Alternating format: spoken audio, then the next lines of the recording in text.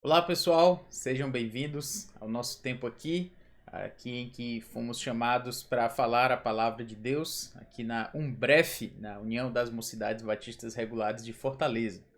Quando eu recebi esse convite, certamente não foi para falar assim com vocês, né, de uma forma aqui através de um vídeo online, mas com toda essa questão do coronavírus, da pandemia, do isolamento e da quarentena, tivemos que ser colocados nessa situação, mas nosso Deus é soberano, ele sabe o que é melhor. Então, graças a Deus também pela tecnologia, pelas formas como nos torna possível com que nós nos encontremos assim, ou pelo menos termos alguma medida de comunhão através da internet. Também Deus é soberano sobre isso e nos dá isso graciosamente. Se fosse em tempos diferentes, nós não teríamos essas opções. Então já quero agradecer o convite da Umbref, também quero saudar a vocês, aqueles que não me conhecem. Eu já na minha época de jovenzinho, né? Não faz. A gente que é velho gosta de dizer que não faz muito tempo, mas eu acho que já faz algum tempinho que eu servi na Umbref, não diretamente na diretoria, mas apoiando ali de alguma forma, especialmente quando as reuniões eram na nossa igreja. Na época eu era da Igreja Batista Manancial. Atualmente eu sou membro lá na Igreja Batista Luz do Mundo, próximo lá ao Rio Mar, e também sou professor de teologia lá na Escola Teológica Charles Spurgeon. Lá eu ensino várias disciplinas, entre elas grego e também exegese e algumas outras disciplinas também. É o que a gente tem buscado fazer ali. Hoje o meu ministério integralmente é como professor de teologia, certo? Além disso, eu já antes, depois da Manancial, que a nossa amada igreja, minha igreja mãe, foi a igreja que me enviou para o Seminário Batista do Cariri, e ali eu estudei. E depois de lá, eu fui juntamente com a minha família, minha esposa Débora, e na época só o meu filho Daniel.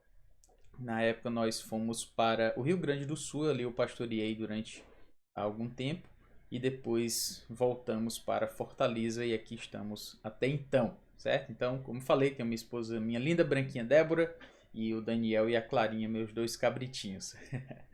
Então é isso.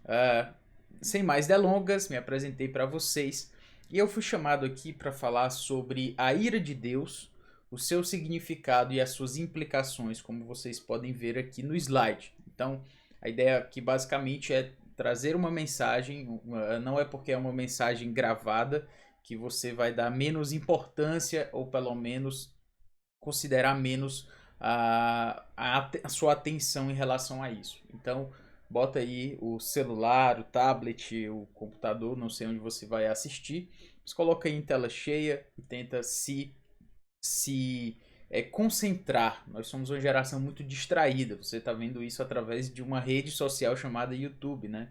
Mas queremos nos focalizar porque a palavra de Deus não muda. As tecnologias mudam, as mídias mudam, mas a palavra de Deus permanece para sempre. Então, aqui será exposta a palavra de Deus e Deus será glorificado também na nossa atenção. Então, pense nisso também para que a sua retenção, certo? Daquilo que será ensinado se mantenha durante esse nosso tempo aqui, ok?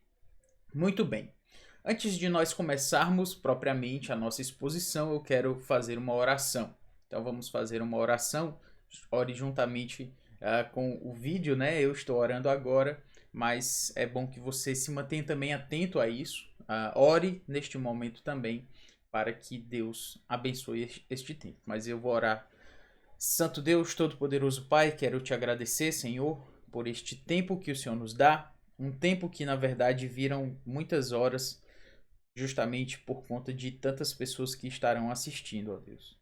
Louvo a Ti por isso e te peço que o Senhor abençoe a cada um que irá ouvir e também a mim que irá expor o texto e o tema importante dentro da Tua palavra sobre a Tua ira.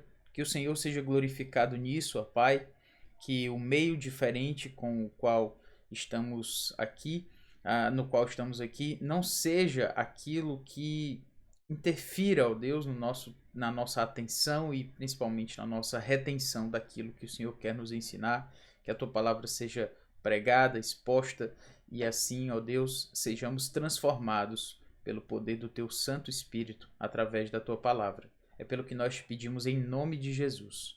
Amém. Muito bem, então vamos iniciar aqui o nosso tempo.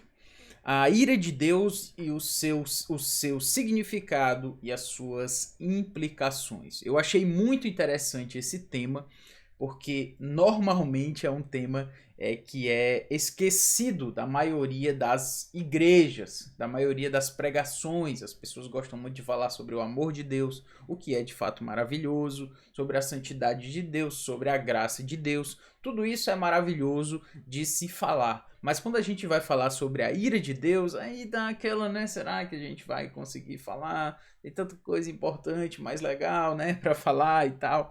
Mas, na verdade, a ira de Deus é algo muito sério. Não poderia deixar de ser. E é importante certamente falar sobre isso. Então já quero parabenizar os irmãos que pensaram sobre esse tema. Eu acho que é um tema extremamente relevante para nós como crentes.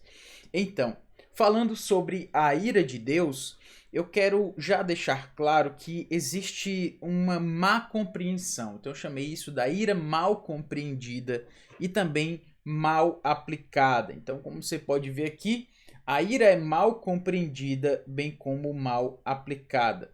Que ira? A ira como um todo, certo? Mas vamos falar sobre a ira de Deus. A ira mal compreendida de Deus é aquele pensamento que você já deve ter ouvido, se não já creu nisso. Se não, pior ainda, né? Ainda crê, mas esperamos também que a gente acabe com isso logo. Que é aquele pensamento do Deus irado, aquele Deus malvado, sabe? Não malvado, mas aquele Deus extremamente criterioso do Antigo Testamento, aquele Deus raivoso do Antigo Testamento, que lança fogo sobre os infiéis. E esse pensamento é o pensamento que muita gente acredita que o Antigo Testamento é só isso. Mas nós temos o Novo Testamento. E no Novo Testamento nós temos Jesus. Jesus, um Deus bondoso, um ser misericordioso, um ser que vem para tornar aquele Deus tão raivoso do Antigo Testamento, trazer um contraponto a esse Deus do Antigo Testamento, e é um Deus de bondade, um Deus de misericórdia. E isso a gente acaba vendo, inclusive, até nas figuras, né? Os deuses, o Deus como é apresentado no Antigo Testamento está lá com com um raio assim para jogar contra os infiéis e tal. E o Deus do Novo Testamento, o Senhor Jesus Cristo, como é que ele é apresentado? Bom, se o Deus do Antigo Testamento é esse Deus aqui de fogo e de tempestade e tudo isso, como é o Deus do Novo Testamento? Olha como esse Deus é apresentado. O Deus do Novo Testamento, o Senhor Jesus Cristo no Novo Testamento, não é que ele é assim. Eu estou falando como as pessoas percebem muitas vezes a pessoa do Senhor Jesus Cristo e do nosso Senhor Deus. Como é que elas percebem? Elas percebem, note essa figura aqui. Você vê, primeiro que você vê o Senhor Jesus Cristo, é um Jesus que é retratado nessas figuras quase como um ser assim, um ser muito feminino. Se você perceber, eu sei que os cabelos longos são uma referência ao nazireado de Jesus Cristo, né? Como aquele que não cortava os cabelos, e uma referência possível a isso e tal. Mas não é só isso. Se você notar, ele tem uma pele, né? Uma pele, nem parece ser um homem da Palestina ali que vivia no meio do sol, em um clima semiárido. E se você olhar e prestar atenção, os seres estão ali próximos a ele, né? Então também são seres assim, que não tem muita... parece que eles estão em um estado assim de êxtase espiritual, e todo mundo está ali olhando para ele com uma veneração. Mas o que eu quero trazer, que é o tom da imagem, como você pode perceber, é um tom muito cuidadoso, muito, né, feminino em um certo sentido, tá? Não estou dizendo que Jesus é assim. Eu estou dizendo como isso está sendo figurado aqui, por exemplo, nessa figura, e tantas outras que a gente pode ver por aí. Tem muitas de Jesus, inclusive, muito mais afeminado do que isso aqui, né? Tem muitas figuras de Jesus até bem piores do que essa aqui. Mas ficamos por aqui. Ele vê aqui descalço e tal, e todo esse clima, né? Esse clima assim, bem pacífico e cuidadoso. Então você pode perceber que há uma má compreensão. Deus do Antigo Testamento é um Deus irado, Deus raivoso, enfurecido. Já Jesus no Novo Testamento é um ser assim, cuidadoso, amoroso, que dá outra face. Isso que eu estou mostrando para você, gente, tem vários nomes bonitos para isso, mas a gente vai chamar isso do nome que ele de fato tem, certo? Que é heresia, certo? Isso aí é uma heresia. Essa heresia é exatamente contrapor o Deus do Antigo Testamento com o Deus do Novo Testamento. E não é assim que funciona, certo? Não é assim que funciona. A gente vai falar mais sobre isso, mas já quero deixar adiantado para você que há essa má compreensão e essa mal aplicação da ira de Deus. Quase como se a ira de Deus estivesse exclusiva no Antigo Testamento. E isso é algo, de fato, mal compreendido e mal aplicado. E aí, agora a gente vai falar sobre uma outra aplicação errada daquilo que é a ira de Deus. E também uma compreensão errada. Se nós temos uma má compreensão, nós também vamos ter uma má aplicação. Aqui eu quero me referir com essa figura aí que você está vendo, com os millennials. O que são os millennials, né? Vocês sabem bem, né? Os millennials, aqueles que fazem parte aí dessa última geração aí, né, que tem nascido. Me disseram aí que tem os millennials, que tem geração X, geração Y, que tem os millennials, né, que nasceram aí já nos anos 1000, nos anos 2000 em diante, e tem os millennials e também tem os coronials, né? São os corônios. Pelo menos eu tô rindo sozinho aqui. Não sei se você tá rindo aí da minha piada sem graça, né? Mas tem os millennials e tem os coronials, que nasceram agora durante o tempo da pandemia, né? Bom, tem que fazer. O pessoal brinca com isso aí, porque já tem sofrimento suficiente também pra gente considerar. Mas voltando aqui. Os millennials, pessoal, eles são essa geração e eu sinto falar sobre ela, eu não estou dizendo que você é assim, mas eu estou dizendo de uma geração, de um público em geral que apresenta certas características. Espero, inclusive, que você não apresente essas características, que você seja alguém que vai contra essa geração pervertida e corrupta dos millennials e como toda outra geração também. Mas eu quero falar aqui dos millennials. E nessa geração, nós temos uma hipersensibilidade, certo? Anote isso aí, porque é muito importante. Nós vivemos num tempo de hipersensibilidade.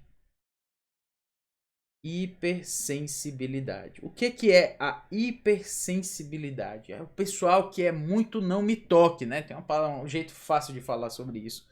É o ser não me... Não, a gente não pode... Ninguém pode mais falar alto, ninguém pode ser mais grave naquilo que fala, você não pode mais levar o tal do carão, né? Tudo é muito... Ai, não sei o que e tal. Aquele, não, mas o politicamente correto, mas você não pode falar assim tão sério, as pessoas podem não gostar, isso pode ofender, e tem até um tal de comunicação não ofensiva, não violenta, um negócio assim, eu até entendo e tal, mas isso também é um sintoma de uma época, certo? De uma época hipersensível, de que ninguém pode mais falar mais pesado com ninguém, inclusive em momentos que de fato é necessário. Então isso é uma má compreensão da ira e uma má compreensão e uma má aplicação daquilo que seria a ira. Porque essa geração que está hipersensível, quando ela ouve falar de um Deus irado, é quase um... Não. Nós preferimos um Deus assim, né? Um Deus mais, sabe, mais tranquilo. Não um Deus assim, irado. Um Deus que derrama o seu juízo sobre a vida das pessoas. Não, isso é muito fora do padrão. Nós somos uma geração que ama as pessoas e que quer e que busca um propósito maior para todas as coisas, etc. Bom, diante dessa hipersensibilidade, que ninguém pode mais lá lhe dar um carão, por exemplo, né? Um carão, falar mais pesado com você em momentos que você precisa. É aquela geração que não recebeu não quando criança, é aquela geração que nasceu com um celular, nasceu com um tablet na mão, aquela geração que ganhou tudo aquilo que tem tudo aquilo que recebe, os seus pais lutaram e batalharam grandemente, e então a geração já nasceu num momento muito melhor da sua família e tal e tal. Bom, essa geração está hipersensível, e falar de ira para essa geração é algo muito difícil. Tendo eu falado isso, o que nós precisamos pensar então? Nós precisamos pensar que Deus é aquele que precisa se irar. Toda essa má compreensão nos faz chegar neste lugar onde eu estou agora aqui com vocês. Deus precisa se irar. Deus não é um Deus que pode ser impassível diante do pecado. E para explicar isso, eu coloquei aqui um pequeno raciocínio para a gente poder considerar. O primeiro deles é: Deus é bom e santo. Eu acredito que você crê nesse Deus que é bom e que é santo. Nós acreditamos num Deus assim. O Deus da Bíblia é bom e santo. E esse Deus da Bíblia, que é bom e que é santo, ele odeia o mal e ele odeia o pecado. O Deus da Bíblia, ele odeia necessariamente, ele odeia o mal e o pecado. Deus não pode ser impassível, ele tem que odiar o mal e o pecado. Deus odeia o mal e o pecado. Por quê? Porque ele é bom e é santo. Uma coisa, ela segue da outra. É um raciocínio que segue a partir do outro. Deus é bom e santo, portanto, ele odeia o mal e o pecado. Na verdade, se a gente fosse tratar de um Deus que não se ira em relação ao pecado, sobrariam duas opções para nós. A primeira delas é que Deus gosta do pecado. Se Deus não se ira em relação ao pecado, nós temos um Deus que gosta do pecado. Bom, se ele não se ira, então ele gosta. Ou ele não vê tanto problema nisso. Bom, ele, sabe, ok, o pessoal não gosta muito disso, sabe aquela coisa? Não gosto muito, mas também não vou falar. Aquela geração hipersensível gosta disso. Até aqui, não, eu não gosto, mas é o jeito, né, das pessoas, eu não gosto muito de falar, porque eu não quero ofender ninguém e tal. Tenho muito cuidado com isso. Não estou falando de que nós temos que ofender as pessoas, mas falar a verdade e às vezes ser desagradável em relação a isso, exatamente porque nós cremos na verdade, isso faz parte de ser um crente e de proclamar a palavra de Deus. Imagina se Jesus ficasse com esse pensamento de não querer ofender as pessoas. Ele nunca ia falar do inferno, ele nunca ia falar da ira de Deus, que inclusive são questões que ele mesmo falou. Então, ele não vê problema nisso. Então nós temos duas possibilidades. Se Deus não se ira em relação ao pecado, ou Deus gosta do pecado, ou ele não vê tanto problema nisso. E o que acontece é que essas duas opções tornam Deus indigno de ser adorado. Se Deus não odeia o pecado o suficiente para se irar, ou se ele não vê tanto problema nisso, ou se ele gosta do pecado, ele é indigno. Esse Deus não é digno de ser adorado. Esse Deus não é digno nem de nós orarmos a ele. Por quê? Porque ele não é santo. Se Deus não odeia o pecado, se Deus não vê tanto problema no pecado, se Deus gosta do pecado, então ele não é santo. Então ele não é Deus. Você percebe que Deus precisa se irar? Deus, o Deus da Bíblia, precisa se irar. Na verdade, a ira, dentro da teologia, nós chamamos de um atributo de Deus. Deus é amor, Deus é justo, né? Deus é justiça, Deus é onipotente, Deus é onipresente e Deus é ira. Deus se ira. Não estou dizendo... Nós sabemos que Deus é amor, mas por quê? Porque ele é a expressão correta, amorosa daquilo que é de fato o amor. Ponto. Mas em relação à ira, sim, Deus é aquele que derrama a sua ira diante daquilo que deve receber ira. Então a ira sim é um atributo de Deus. Na verdade, na Bíblia nós temos cerca de 600 passagens, um pouco menos do que isso, 580 se eu não me engano, passagens que se referem à ira de Deus. É muito texto se referindo à ira de Deus para a gente simplesmente esquecer. Então, o que eu quero falar em relação a isso é que se Deus precisa se irar, e se isso é um atributo da parte de Deus, o que eu quero chamar a atenção agora é que irar-se, odiar o pecado, na verdade, odiar o mal e o pecado é uma virtude, como você pode ver aí, certo?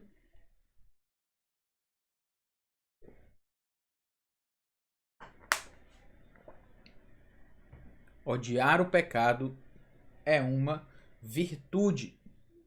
Vamos ler esse texto aqui de Hebreus. Deixa eu ver se vocês estão vendo aí mais perto. Hebreus 1:9, certo? Hebreus 1:9. Acho que eu consigo colocar aqui um pouco mais acima. Não, está bom aqui.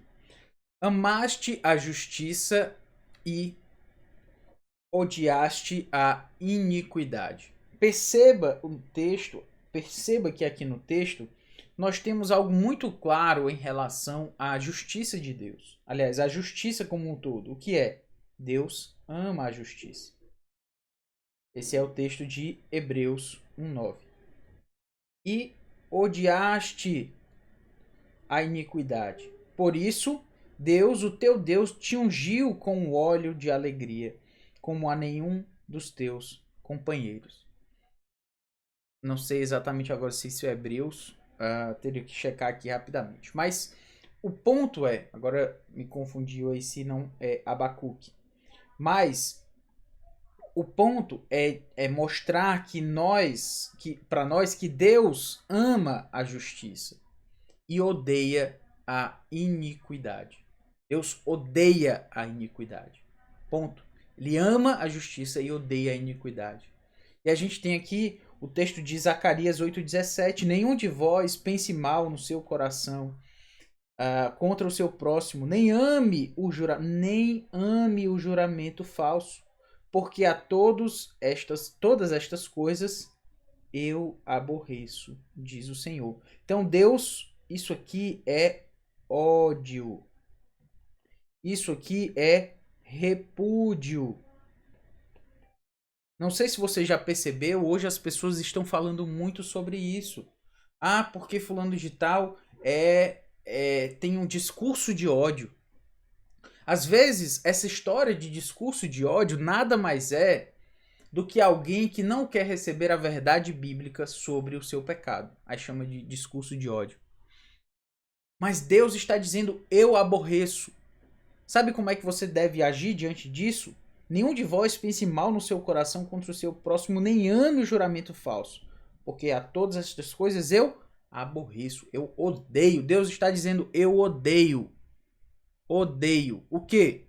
O que eu odeio? Deus está dizendo. Eu odeio o juramento falso. Eu odeio pensar mal no coração contra o outro. Sabe aquele sentimento que a gente tem em relação ao outro? Aquele sentimento às vezes, de inveja, às vezes de orgulho, às vezes porque a gente não gosta do outro, porque você não gosta do irmão, não gosta da irmã, por alguma razão. Pois é, Deus odeia isso. Odeia. A palavra é odeia, certo? Deus aborrece esse tipo de atitude. Mas ódio, Deus tem ódio no coração? Tem. Deus tem ódio no coração em relação ao pecado. Cuidado com essa conversa de hipersensibilidade. Cuidado com essa conversa de muito, mas não me toque, mas o discurso, a comunicação e tal. Deus odeia o pecado. Ponto. Certo? Não estou dizendo que você também tem que ser insensível. Eu estou dizendo que você não deve ser hipersensível. Porque não pode? Porque pode ofender alguém? Porque isso? Porque aquilo? Deus está dizendo, eu aborreço o sentimento mal contra as pessoas. Eu aborreço, Deus está dizendo, o juramento falso. Eu aborreço. É uma coisa que Deus odeia. Então, voltando aqui para o que a gente estava falando, agora eu quero falar sobre a definição. A gente já falou sobre a má compreensão da ira. A gente já falou sobre a má compreensão, a má aplicação. A gente falou como é virtude amar o bem e odiar o mal e o pecado. Agora nós vamos para a definição daquilo que é a ira de Deus. Então nós temos aí o teólogo Wayne Grudem, que é um teólogo que eu gosto muito de ler, e especialmente porque ele tem um aspecto muito didático na sua explicação e exposição da doutrina. Eu acho isso fantástico. Estou falando sobre isso porque normalmente a gente pensa sobre doutrina, né? Aquela aula da EBD, o que os atributos o que são os atributos de Deus? Os atributos de Deus definem a sua personalidade, e aí o jovem já fica assim, lá vem de novo, tá? E às vezes a doutrina ela é explicada de uma forma meio, né, quase sem muita aplicação. E o que eu acho excelente de Grudem é que ele apresenta a doutrina de uma forma muito aplicável, né, e muito didática também. Mas, obviamente, como todo teólogo sistemático, como alguém que não é inspirado, né, não tem um texto inspirado pelo Espírito Santo, então a gente tem algumas reservas. Então não concordo com tudo que o Wayne Grudem fala, mas a gente precisa ter maturidade também para reconhecer os teólogos. Então, papo de teologia aqui, eu sou acostumado a ensinar, especialmente diante de uma câmera, teologia, aí eu começo a me empolgar, certo? Mas vamos lá. A ira de Deus significa que ele odeia intensamente todo pecado. Ponto. A ira de Deus significa que ele odeia intensamente. Gente, intensamente. Deus não é que ele acha ruim. Não. Ele odeia intensamente. Deus odeia intensamente.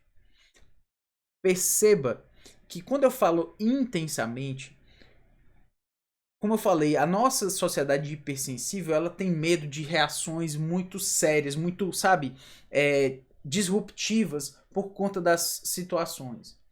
Mas Deus é intensamente odioso em relação... Aliás, ele odeia intensamente o pecado.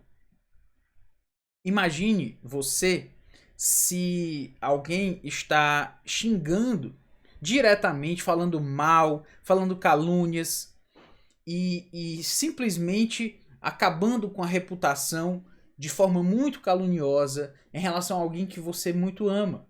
Seu pai, a sua mãe, por exemplo. Alguém que por quem você tanto preza. Aí essa pessoa está ali falando calúnias na internet, ou ela está falando calúnias diante dos vizinhos, não sei. Aí como é que você vai reagir diante disso? Mas a pessoa, a personalidade dos seus pais estão sendo colocadas no lixo. E você vai fazer o que em relação a isso? Mas tudo bem. Não, não é tudo bem. Você precisa fazer alguma coisa em relação a isso. Você precisa falar com essas pessoas, você precisa reprová-las, você precisa fazer alguma coisa, mas você não deixa. Mas eles estão sofrendo em relação a isso. Não, mas aí porque cada um tem sua opinião. Não, não. Então Deus odeia intensamente o pecado. A reação de Deus em relação ao pecado é intensa, não é algo pequeno. A gente também tem um outro teólogo chamado J.I. Packer, e ele diz o seguinte: a ira de Deus é a reação justa e necessária. Justa e necessária à perversidade moral. Deus é justo e necessariamente irado em relação à perversidade moral. É uma reação. Isso também é importante a gente lembrar, pessoal. Deus, ele reage. A ira não é Deus, não é Deus lá no seu trono, como mostram alguns desenhos, né? E ele... Essa humanidade aqui tá muito tranquila. Deixa eu mandar um coronavírus aqui para ver se eles se aquietam um pouquinho, né? Pra ver se eles ficam dentro de casa. Eles estão muito fora de casa. Eu vou mandar um coronavírus aqui. Deus não é assim. Deus não é um Deus... os deuses pagãos, né? Os deuses que viviam na circunvizinhança ali de Israel... E os deuses romanos, os deuses gregos, os deuses nórdicos. A mitologia seja lá de que região for, normalmente mostra deuses, deuses que são temperamentais. Você tem que pegar o Deus num dia bom, sabe? Você tem que pegar o Deus num dia bom, porque aí você chega lá e você entrega lá um sacrifício para ele, para ver se ele lhe ajuda a ir pelos mares, porque você precisa da bênção dele. Então, é um Deus temperamental, entendeu? Pode ser que tenha um dia que ele acorde de mau humor e lá vai ele destruir a humanidade, entendeu? As mitologias mostram deuses assim, mas o nosso Deus não é assim. A ira de Deus é uma reação. Deus não é temperamental. Ai, agora eu vou... Não, não é assim. A ira de Deus é uma ira justa e necessária. E é uma reação. Diante do quê? Da perversidade moral. Deus só se ira quando a situação exige. Agora a minha pergunta é a seguinte: você acha que a situação atual exige a ira de Deus? Vou dar só um exemplo. Nós temos aí a situação do coronavírus, né, da Covid-19 e tal. O que acontece? Nós temos pessoas precisando de respiradores, de UTIs, de leitos de hospital. E a humanidade, ao invés de se unir contra esse vírus, a nossa sociedade ficou tão doente que, ao invés de se unir em relação a esse vírus, como eu falei, as pessoas estão brigando. Literalmente brigando por conta de um remédio. Mas é um remédio. Como é que a pessoa vai politizar um remédio e brigar por causa de um remédio? Brigar, mas é um remédio. Mas é uma briga política. Dependendo do lado aí, esquerda, direita, pra cima, pra baixo, não é disso que eu tô falando, não. Estou falando de você brigar por causa de um remédio. A nossa sociedade está doente. Aí tem mais. Será que Deus não se ira diante disso? Aí outra questão. Ainda sobre a Covid-19. Estamos no meio de uma pandemia, as pessoas passando necessidade, muitas delas precisando de atendimento, e os leitos de hospitais e os suprimentos hospitalares precisando aumentar justamente para atender a demanda grandiosa em virtude da pandemia. Aí me vem uma meia dúzia, muito mais do que isso, de políticos aproveitando esse tempo de crise sanitária, talvez a maior que a nossa sociedade já tenha visto nos últimos anos. Certamente a maior, né? Nos últimos anos. E muitos políticos superfaturando respiradores. Políticos superfaturando suprimentos hospitalares, luvas hospitalares. Aí o indivíduo está ganhando dinheiro ilícito, quando aquele dinheiro poderia ir para uma pessoa que está precisando de ajuda, para os profissionais da saúde que estão lá na linha de frente e tantos outros que estão apoiando também nesse momento. Mas não, o indivíduo, ele está fazendo o quê? Ele está superfaturando. Será que Deus não tem razão de se irar com relação a todo esse pecado, a toda essa maldade humana? Isso eu estou falando de forma geral. Agora vamos falar de forma particular. Vamos olhar para a nossa própria vida. Será que Deus não deveria reagir de uma forma intensa em relação à nossa perversidade moral, diante dos pecados que nós cometemos hoje? E ontem? E antes de ontem? E semana passada? E ano passado? Será que Deus, olhando para isso, não poderia, e não só poderia, como deveria, agir com ira contra nós? Sim!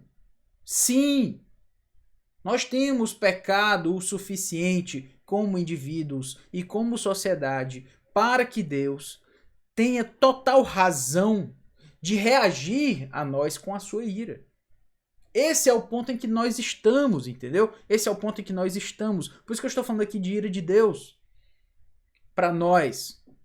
Olhe para a sua vida. E eu vou olhar para a minha vida também.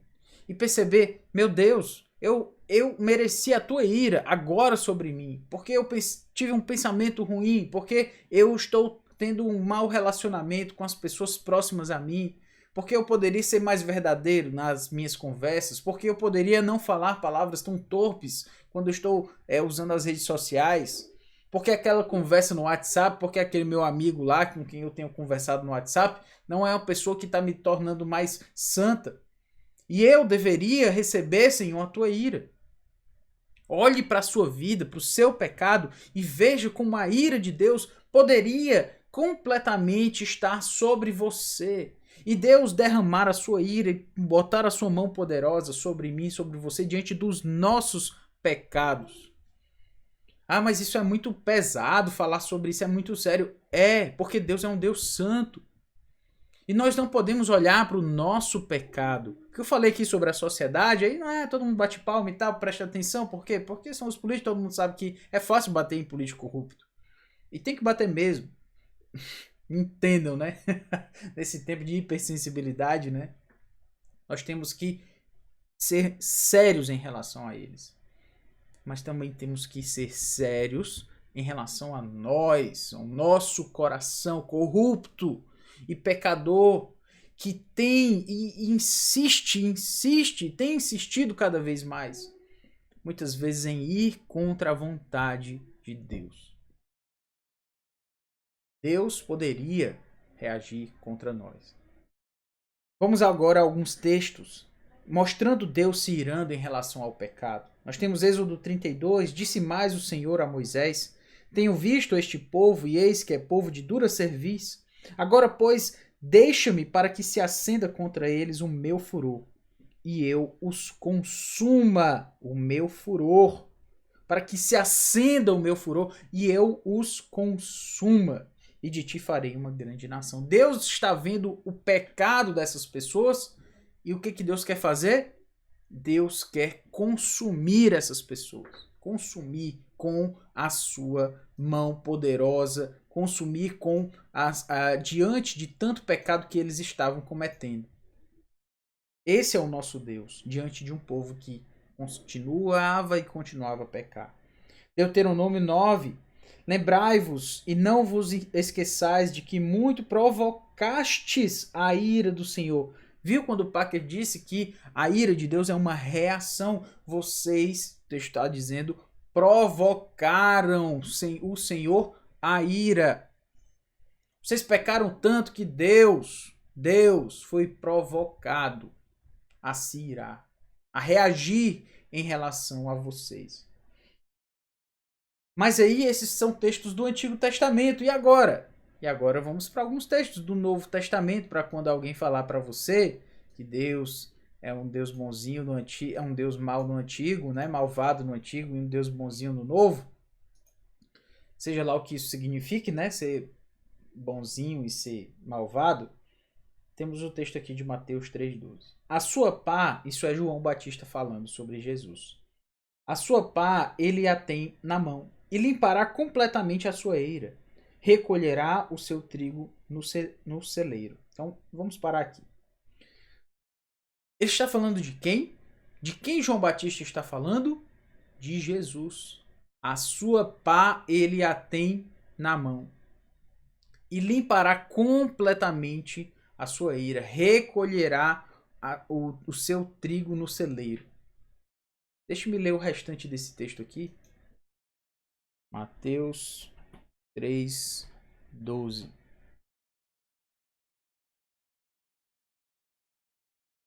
Mas queimará, foi essa passagem que não veio para cá.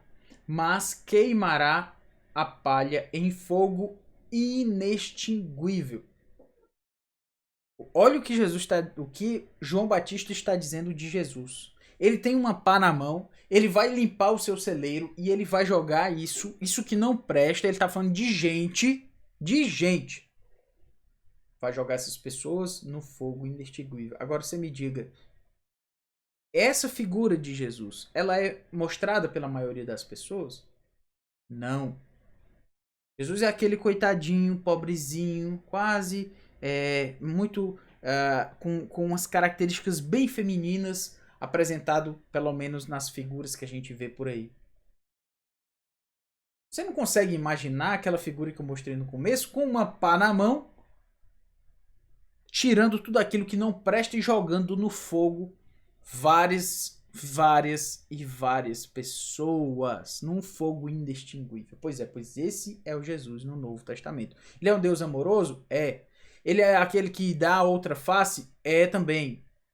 Mas na hora de exercer a justiça, o Senhor Jesus Cristo é de fato justo e ele derrama também a sua ira. A ira de Deus, temos aí em Romanos 1,18, se revela do céu contra toda a impiedade e perversão dos homens que detêm a verdade pela injustiça. A ira de Deus. Isso é Novo Testamento, pessoal. Romanos 2. Mas segundo a tua dureza e coração impenitente, acumulas contra ti mesmo ira para o dia da ira e da revelação do justo juízo de Deus. O Novo Testamento também fala da ira de Deus. Eu falei muito sobre a ira de Deus, falei que nós devemos levar isso a sério, mas eu quero dizer que como crentes, nós não devemos temer a ira de Deus. Aqui em Efésios 2, nós temos: entre os quais também todos nós andamos outrora, segundo as inclinações da nossa carne, fazendo a vontade da carne e dos pensamentos, éramos por natureza filhos da ira, como também os demais. Apesar de nós termos dado a Deus todo o direito de derramar sobre nós a sua ira, o texto está dizendo que nós éramos por natureza filhos da ira. Aqueles que se entregaram a Cristo, confiaram em Jesus para a sua salvação, esses são, como nós temos aqui, eles faziam antes as inclinações da sua carne, a vontade da carne, dos pensamentos, e eram filhos da ira. Eram, outrora. Já em 1 Tessalonicenses nós temos: e para guardardes dos céus o seu Filho, a quem ele ressuscitou dentre os mortos. Jesus que nos livra. Preste atenção nessa passagem aqui. Ó. Jesus nos livra da ira vindoura. Texto aqui de 1 Tessalonicenses 1. Eu mandei você pensar sobre o seu pecado, para que eu pensasse sobre o meu pecado também, para que nós pudéssemos juntos olhar agora sim para Cristo, que nos livra da ira que nós merecíamos sofrer, e nós merecíamos tomar sobre nós. Porque se nós, quando inimigos, fomos reconciliados com Deus mediante a morte do seu Filho, muito mais, estando já reconciliados, seremos salvos pela sua vida. Em Cristo nós fomos reconciliados. O que significa ser reconciliado? Se você foi reconciliado é porque antes você era inimigo. Essa é a condição daquele que não se entrega a Cristo. Ele é inimigo. E Cristo nos reconciliou. Então nós não devemos temer a ira de Deus no sentido de que nós não vamos ser mais condenados. Não há nenhuma condenação para aqueles que estão em Cristo Jesus. Nós fomos justificados. Fomos declarados justos. Mas por quê? Porque outra pessoa tomou sobre si a ira que deveria vir sobre nós, o Senhor Jesus Cristo. Então, nesse sentido, nós não devemos temer a ira de Deus em termos da nossa condenação. Mas Deus ainda odeia o nosso pecado. E às vezes ele nos disciplina para que nós paremos de pecar, para que nós olhemos para a nossa santidade. Certamente aqueles que já têm a Cristo não vão ser levados para o inferno, mas podem sofrer consequências dos seus pecados aqui na terra, porque não ouviram a voz de Deus chamando pela nossa santidade. Cristo é a propiciação pelos nossos pecados.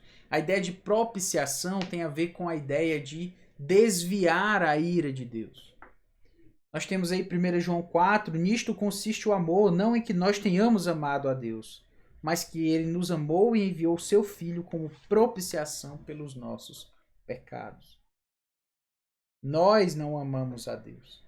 Foi ele que nos amou primeiro. E enviou seu Filho como propiciação, ou seja, ele nos tornou propícios a Deus, tomando sobre si a ira que deveria vir sobre nós. Então Jesus desviou a ira de Deus, mas essa ira de Deus não foi para lugar nenhum. A ira de Deus foi sobre Jesus Cristo. Nós teríamos outros textos aqui, como esse de Romanos, mas eu quero seguir adiante aqui para dizer que Deus é paciente.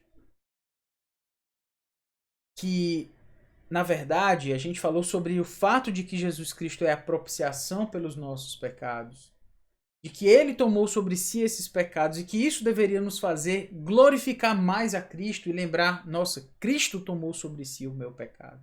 Desviou a ira que eu deveria tomar sobre mim. Que Deus deveria jogar sobre mim, Jesus tomou sobre si.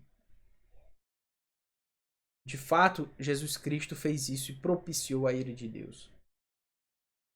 Mas falando sobre o pecado do mundo agora e o nosso próprio pecado também, a gente precisa lembrar que Deus tem a sua paciência. Que Deus não é aquele que viu o pecado que ele já imediatamente vai derramar toda a sua ira sobre isso. Até porque se Deus fizesse isso, ele teria razões para já nos ter desintegrado, como fez lá o Thanos com a manopla do infinito, né?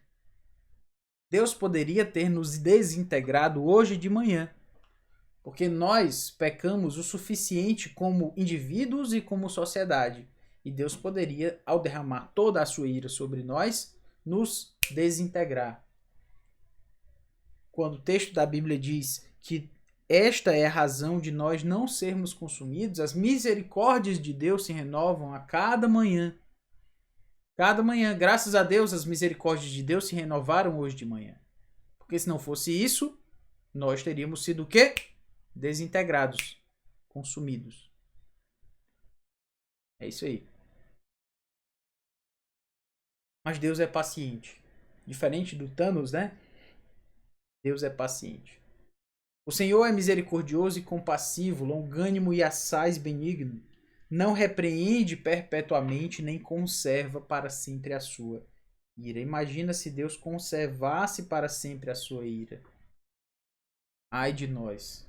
O coronavírus seria o nosso maior sonho se Deus derramasse a sua ira para sempre sobre nós. A gente ia sentir saudades. Ah, que boa era aquela época do coronavírus. Que só morria esse número de pessoas, e um número grande e relevante, mas eu estou falando, se Deus conservasse para sempre a sua ira, coitados de nós. Deus é paciente, Deus quer que as pessoas cheguem ao arrependimento, certo? A ideia de ele demorar em derramar a sua ira é exatamente que as pessoas se arrependam. A gente tem aqui Romanos 2,4. Ou desprezas a riqueza da sua bondade e tolerância e longanimidade, ignorando que a bondade de Deus é que te conduz ao arrependimento. Deus é longânimo. Ele demora em jogar a sua ira. Acaso, e Deus também diz lá em Ezequiel 18, acaso tenho eu prazer na morte do perverso? Prazer na morte do perverso, diz o Senhor Deus. Não desejo eu antes que ele se converta dos seus caminhos e viva? O que Deus está dizendo aqui? Que ele não tem prazer, ele não quer, ele não fica lá feliz. Ah, que legal, agora eu vou mandar mais um para o inferno. Não. Deus é um Deus de graça. Sendo um Deus de graça, ele se demora em se irar. Ele se demora em derramar toda a sua ira, muito embora pudesse fazê-lo. Mas ele não vai deixar de derramar o seu juízo. Não esqueça disso. Não é porque Deus é paciente que ele deixou de ser justo. Ele só é paciente, ele só demora, mas ela haverá de chegar. Não retarda o Senhor a sua promessa, como alguns a julgam demorada. Pelo contrário, ele é longânimo para convosco, não querendo que nenhum pereça, senão que todos cheguem ao arrependimento. Deus é paciente. Virá, entretanto, palavrinha importante aí para você marcar na sua Bíblia, né? Uma conjunção adversativa aí, pessoal do Enem, né? Conjunção adversativa aí, marcando o contraste. Deus é paciente, marcando o contraste do que? Aulazinha de português agora, né? Ó. Compreensão de texto. Aqui ele está falando da paciência de Deus. Deus é paciente. Mas, entretanto, todavia, contudo, né? Aqui ele vai falar da sua ira. São duas questões, dois temas contrastantes marcados pela conjunção adversativa aí, pessoal. É nem aí, né? Foi adiado, né? Mas um dia ele virá, né? E quando ele virá, pode ser que ele venha para lhe consumir. Então tenha cuidado com ele, estude, né? Preste atenção naquilo que lhe é passado. O ponto é, nós temos esse entretanto. Deus é paciente, mas, entretanto, contudo, ele virá como um ladrão, o texto prossegue. O dia do Senhor, no qual os céus passarão como estrepitoso estrondo, e os elementos se desfarão abrasados. Também a terra e as obras que nela existem serão atingidas. Aquela guerra infinita, né? A dos Vingadores, aquela desolação, aquilo não é nada diante daquilo que será quando virá o dia do Senhor.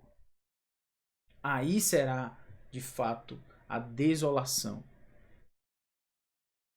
Deus haverá de derramar a sua ira.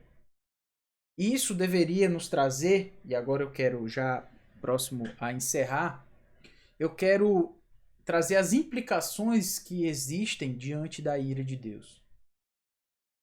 Antes de falar exatamente sobre isso, eu coloquei aqui que devemos odiar o pecado, mas antes disso eu quero dizer, me ocorreu agora, já que eu falei sobre isso, eu quero deixar claro que diante da ira de Deus, nós devemos ter esperança. Mas esperança é esperança. Por quê?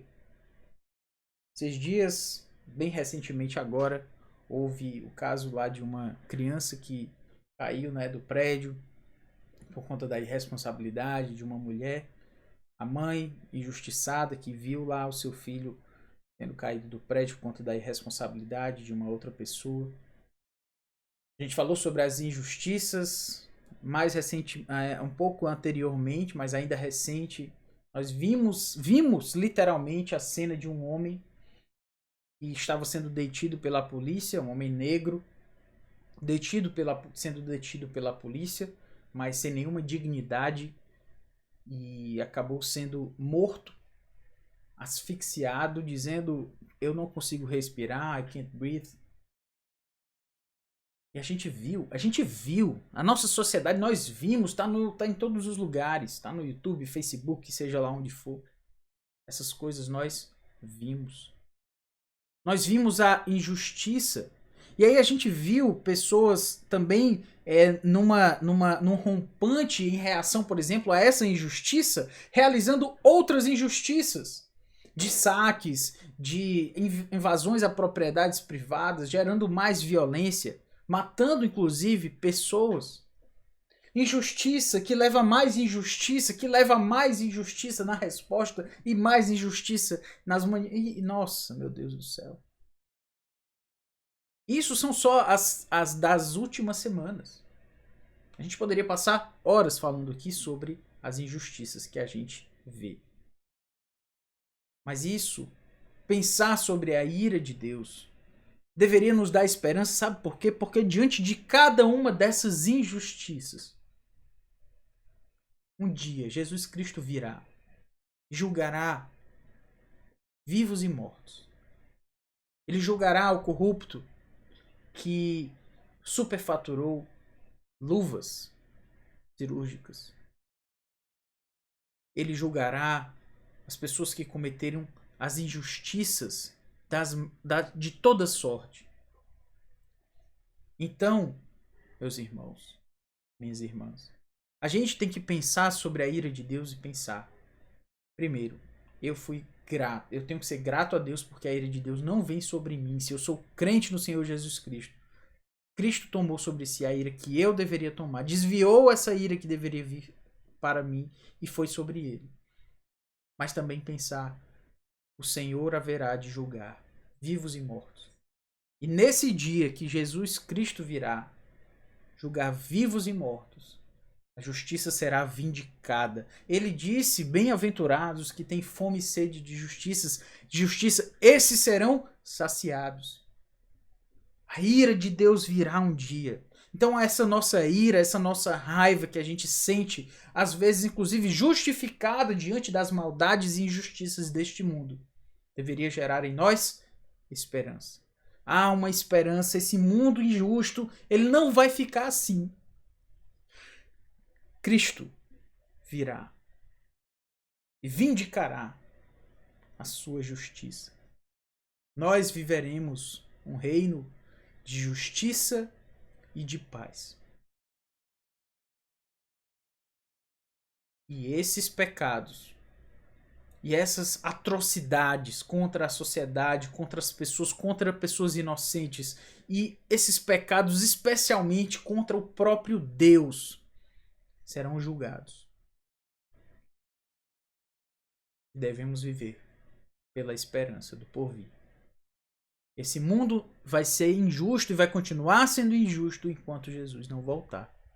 Não espere fazer desse mundo, não espere que esse mundo seja mais justo. Faça justiça, sim.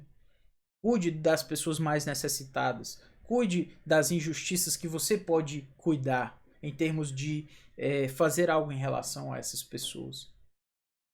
Mas finalmente, em termos finais, completos, só quando Cristo voltar.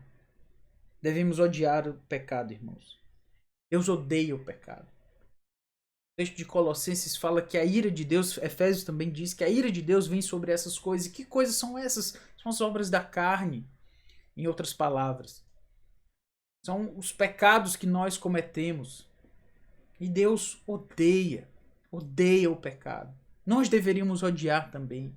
E não ficar próximos ao pecado. E não chegar ali mais perto. Não, porque dá para chegar mais perto do pecado. Porque sabe como é que é. Não é tão sério assim aquilo pelo que eu estou passando. É sério. Odeio o pecado, meu irmão.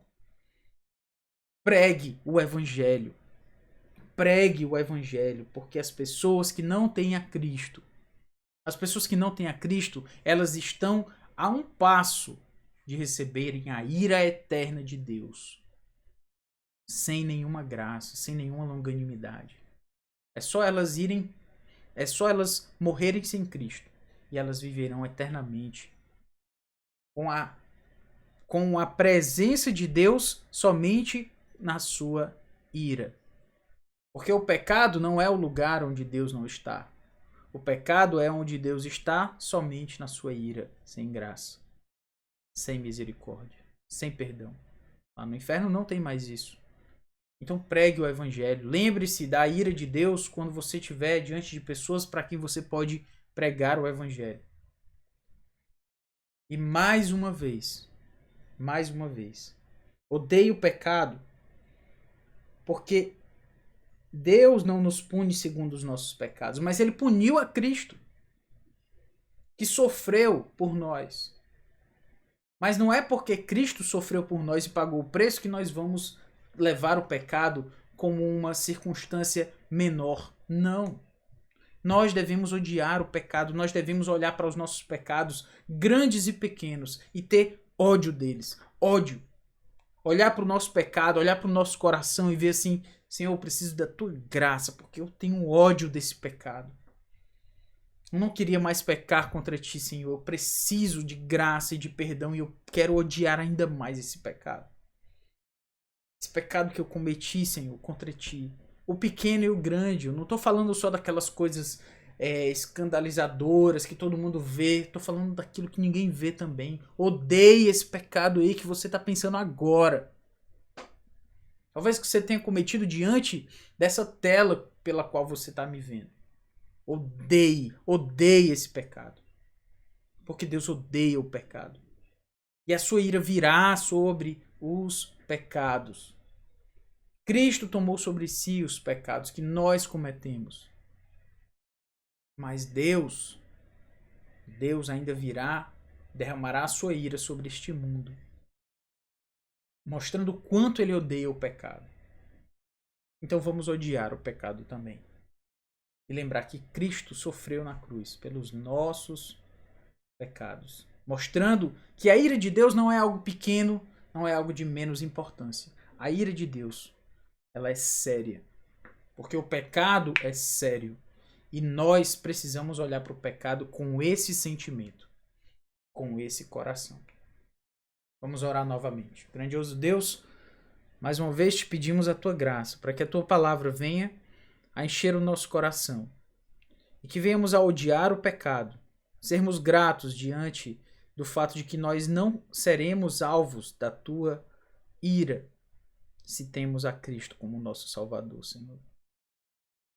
Mas nos ajuda também, exatamente porque Cristo sofreu essa ira por nós, propiciou a tua ira, desviou de nós essa ira e tomou sobre si. Nos ajuda a ver em tudo isso como o Senhor leva a sério o pecado, ao ponto de ter derramado sobre o teu filho a ira que nós merecíamos. Ó Deus, nós te pedimos a tua graça para que o Senhor perdoe os nossos pecados, mas que também o Senhor nos ajude a odiar mais e mais o nosso pecado. É pelo que nós te pedimos, Senhor, em nome e por amor do teu Filho, o Senhor Jesus Cristo, a propiciação pelos nossos pecados. É pelo que nós te pedimos, Senhor. Amém. É isso.